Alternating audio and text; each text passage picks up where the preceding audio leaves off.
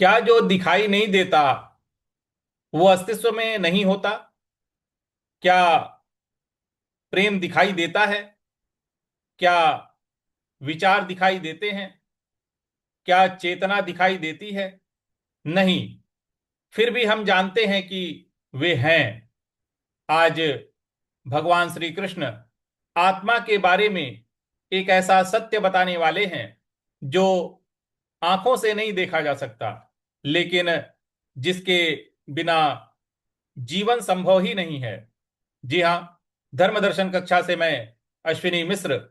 और आज हम गीता साधना में समझेंगे भगवत गीता के दूसरे अध्याय सांख्य योग का 25वां श्लोक। तो आइए शुरू करते हैं। कृष्णाय वासुदेवाय हरे परमात्मने प्रणतः क्लेशनाशाय गोविंदाय नमो नमः। श्री कृष्णं वंदे जगद्गुरुम।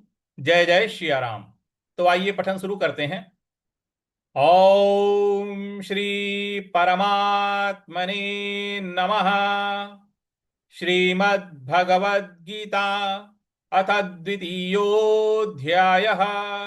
श्री भगवानुवाच। 25वां श्लोक है। अव्यक्तो अ व पर हमको आघात देना है, और व्यक्त जो क है उस पर भी हमको आघात देना है। तो अव्यक्तो यम, अव्यक्तो ओ को हमको दीर्घ खींचना है। अवक्तो यम चिंत्योयम, चिंत्योयम, चिंत्यो जो आधा न है इस पर हमको आघात देना है, और यो को हमको दीर्घ खींचना है। चिंत्योयम। इसके बाद अगला पद है अविकार्योय। अवि अ व पर छोटी की मात्रा, कार्यो यो को हमको दीर्घ खींचना है। कार्यो अविकार्यो यमुच, यमुच मुंह के बाद जो आधा च है उस पर हमको आघात देना है। मुच्यते अविकार्यो यमुच्यते। इस प्रकार से पूरी पंक्ति क्या बन रही है? अव्यक्तो यम चिंत्यो यम अविकार्यो यमुच्यते। अगला पद है तस्मादेवं। तस्मा त के बाद जो आधा स है उस पर हमको आघात देना है। मां देवं, देवं व के ऊपर जो अनुस्वार है उसका उच्चारण हमें व इस प्रकार से लेना है। देवं विदित वैन, विदित, विदित जो आधा त है यहां पर हमको आघात देना है। विदित वैन, विदित वैनन, नन न के ऊपर जो अनुस्वार है उसका उच्चारण हमको न ले आना है। तो विदित त्वैनन। अगला पद है नानु, नानु शोचितु मरहसी। नानु शोचितु मरहसी, मरहसी सोचितु च पर छोटी की मात्रा है और त पर छोटा उ की मात्रा है। तो शोचितु, शोचितु नहीं बोलना है, शोचितु मरहसी, स पर छोटी की मात्रा है, मरहसी। तो पूरी पंक्ति क्या बन रही है? तस्मादेवं विदित्वैन् नानुशोचितुमर्हसि। तस्मादेवं विदित्वैनन्नानुशोचितुमर्हसि। इस प्रकार से इसको बोला जाएगा। पूरा श्लोक देखते हैं। अव्यक्तोऽयमचिन्त्योऽयम् अविकार्योऽयमुच्यते तस्मादेवं विदित्वैनं नानुशोचितुमर्हसि।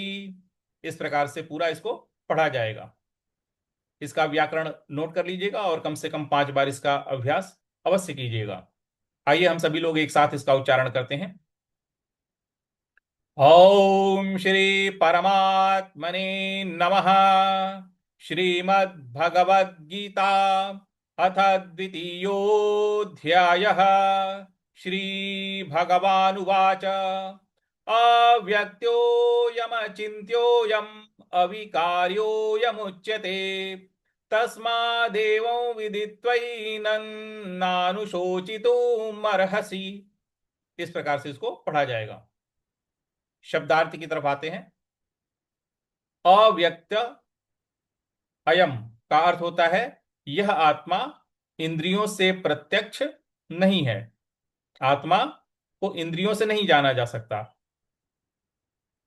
इंद्रियों से प्रत्यक्ष नहीं है, यानी अप्रत्यक्ष, वो हमको नहीं पता चलेगी। अचिंत्य अयम का अर्थ हो गया यह मन के चिंतन से पूरी तरह समझी नहीं जा सकती।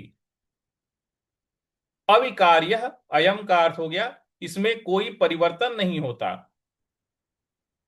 उच्यते यानी कहा गया है, तस्मात् इसलिए, एवं विदित्वा इस प्रकार जानकर, एनम इस आत्मा को, न अनुशोचितुम अर्हसि तुम्हें शोक नहीं करना चाहिए। तो पूरा अर्थ क्या बन रहा है? श्री भगवान उवाच, भगवान श्री कृष्ण बोले,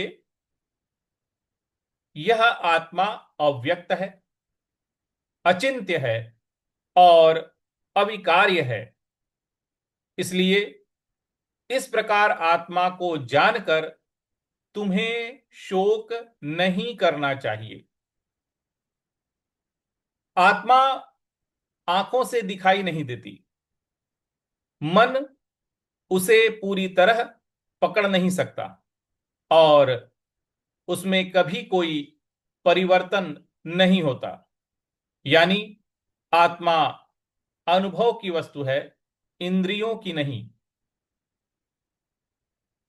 कल्पना कीजिए, जब हवा चलती है तो हमें हवा दिखाई नहीं देती, लेकिन उसके प्रभाव दिखाई देते हैं। उसी प्रकार आत्मा दिखाई नहीं देती, लेकिन जीवन दिखाई देता है, चेतना महसूस होती है, दिखाई देती है, अनुभव दिखाई देते हैं। भगवान कहते हैं जो वास्तव में सबसे महत्वपूर्ण है वह हमेशा आंखों से दिखाई नहीं देता। देखिए, अर्जुन शरीर को देखकर निर्णय ले रहे थे। शरीर नश्वर होता है, तो वो केवल दृश्य जगत को ही सत्य मान रहे थे। इसलिए भगवान अब बताते हैं कि आत्मा दृश्य नहीं है, लेकिन वही वास्तविक है, उसी से सब कुछ है। यानी जो दिखाई दे रहा है वही संपूर्ण सत्य नहीं है। तो यहां भगवान हमें क्या शिक्षा दे रहे हैं? सबसे बड़ी भूल क्या है? केवल दिखाई देने वाली चीजों को ही सत्य मान लेना, यह सबसे बड़ी भूल है। सबसे बड़ा सत्य क्या है? वास्तविक सत्ता अक्षर अदृश्य होती है। सबसे बड़ी बुद्धिमत्ता क्या है? दृश्य के पीछे छिपे सत्य को पहचानना। जब भी किसी घटना को देखकर तुरंत निष्कर्ष निकालने का मन हो, जीवन में निराशा आए, केवल बाहरी परिस्थितियां ही सत्य लगें, तब इस श्लोक को हमें याद करना चाहिए। हर सत्य आंखों से नहीं दिखता। प्रेम दिखाई नहीं देता, विश्वास दिखाई नहीं देता, चेतना दिखाई नहीं देती, फिर भी वे है। उसी प्रकार आत्मा भी है। देखिए, जो दिखाई देता है वो बदल जाता है, और जो वास्तव में सत्य है वो अक्सर दिखाई नहीं देता। शायद भगवान आज हमें दृश्य से अदृश्य की यात्रा पे ले जा रहे हैं। तो भगवान के इस वाणी को हमें समझना है, अपने विवेक बुद्धि में इसको स्थापित करना है, जिससे कि हम सही दृष्टि से संसार को देख सकें और सही निर्णय ले सकें। तो आज के लिए हम इतना ही रखते हैं। कृष्णाय वासुदेवाय हरये परमात्मने प्रणतः क्लेशनाशाय गोविंदाय नमो नमः। श्री कृष्णं वंदे जगद्गुरुं। जय जय सिया राम।